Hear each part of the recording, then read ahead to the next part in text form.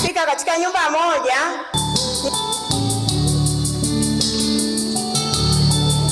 Siku ya mwisho tutakuwa navyo, na shetani alivyo na nguvu ameweza kutupiga upofu kwamba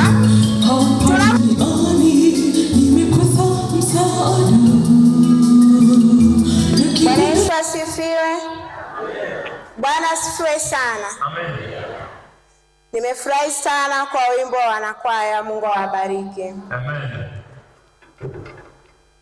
Nina imani kubwa kwamba bila nguvu yangu siwezi kusimama, lakini kwa kupitia yeye aliye juu tuna uwezo wa kusimama. Bwana awabariki sana. Sisi ni wanani jamani? Wa Mungu.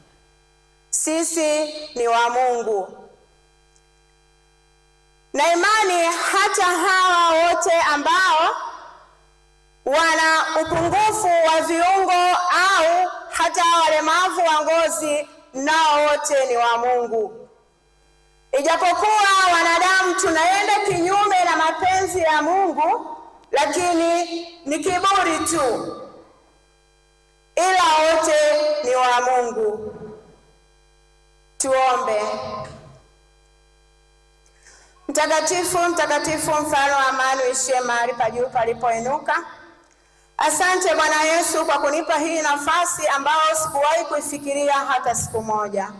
Hatimaye leo umenipa kibali cha kusimama mahali hapa. Naomba watu wa Mungu wanisaidie katika maombi, kwa kuwa nimepata hii kibali na imani nitaweza kupitia maombi yenu. Mungu wa mbinguni, naomba na kualika wakati huu tunapokwenda kusikiliza neno lako takatifu, uwe nasi pamoja na watu wako. Nasema asante Mungu na kushukuru kwa kuwa umekuwa ni mwema sana kwetu hata kuweza kufikia wakati huu wa vipindi hivi vya mchana. Mungu wa mbinguni, kuwa nasi. Naomba pia ukanisaidie kile nitakachokwenda kunena ambacho nitakwenda kinyume nawe, naomba Mungu kanisimamie. Na hili ndilo ombi langu katika jina la Yesu, amina. Mtakwenda kuzungumzia fungu lile kuu ambalo alisoma mtu wa Mungu, linalotoka katika kitabu cha Yohana. Kama unaweza kurudia, naomba uweze kusoma.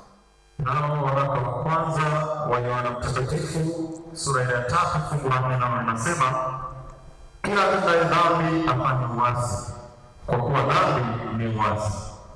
Amina.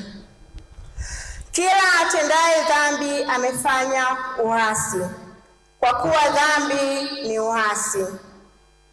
Mungu wa mbinguni ametuumba sisi sote kwa uweza wake kuwa ni wake, lakini wanadamu kwa kiburi chetu tumeweza kufanya yale ambayo tunayajua sisi na kuwafanya hawa wenzetu walemavu wa ngozi sio sawa na sisi.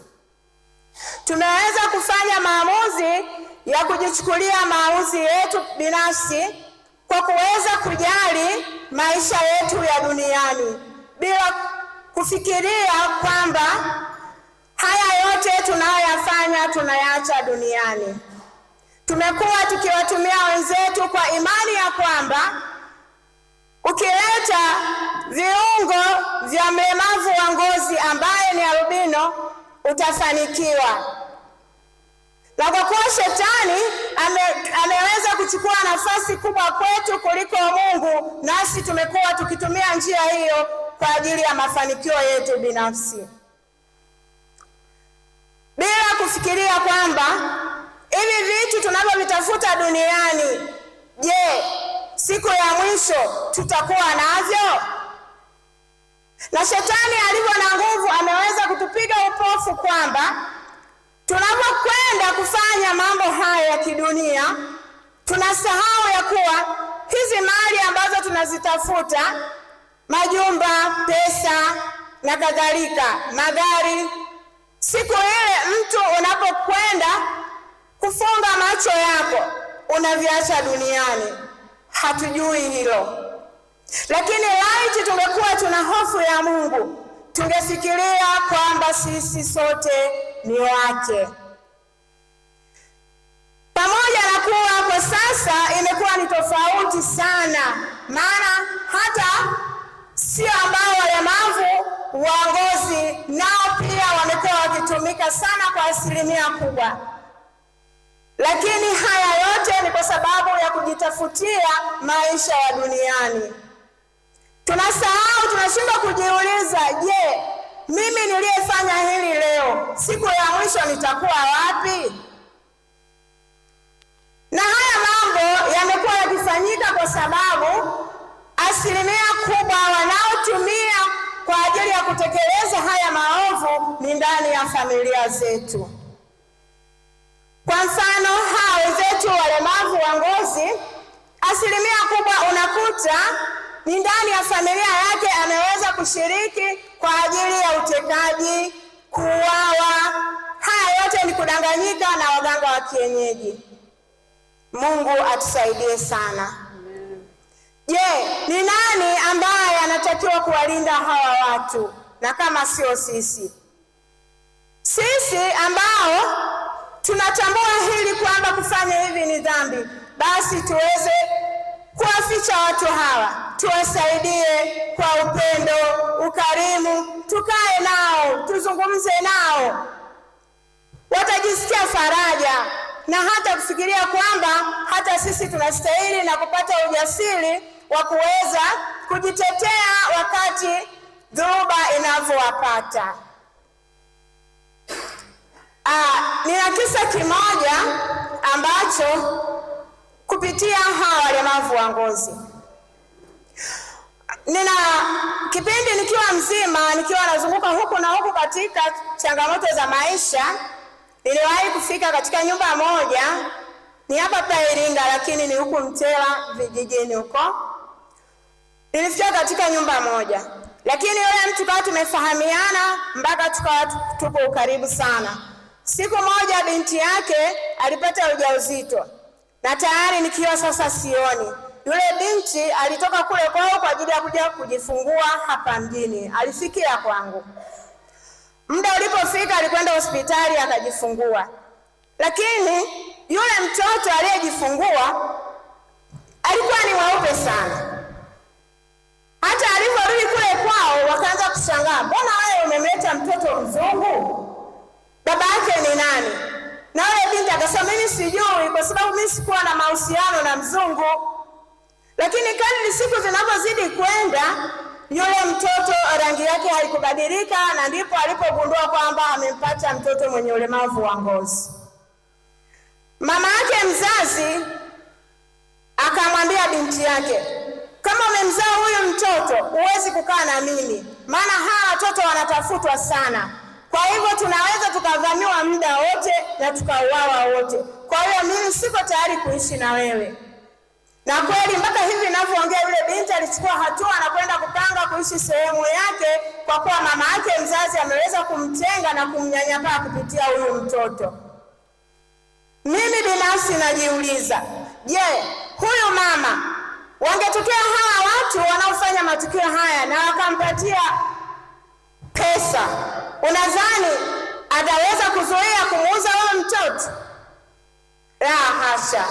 Sisi ndani ya familia tumekuwa ni chanzo cha matatizo ya hawa wenzetu walemavu wa ngozi. Mungu atusaidie tunapokutana na hawa watoto tuweze kuwasaidia.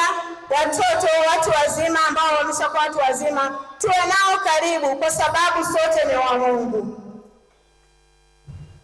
Mungu aweze kutusaidia. Msomaji, naomba nisomee kile kitabu cha Yeremia. Basi katika kitabu cha Yeremia 1 mstari ule wa 5, maandiko yanasema, kabla sijakuumba katika tumbo nalikujua, na kabla hujatoka tumboni nalikutakasa. kuwa nabii wa mataifa. Nimekuweka kuwa nabii wa mataifa. Amina. Mungu wetu anasema kabla hatujaumbwa alitutambua, na kisha baada ya kuumbwa alitutakasa na kutuweka manabii wa mataifa.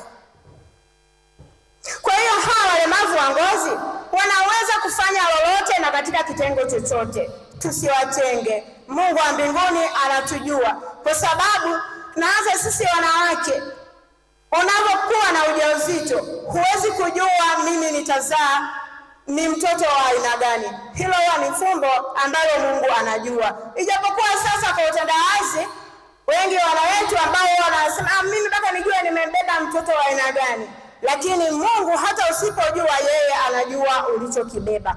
Kwa hiyo kumbe sisi sote ni wa Mungu, yeye anatujua tangu kuumbwa kwetu. Tujitahidi sana kuwa karibu na hawa watu.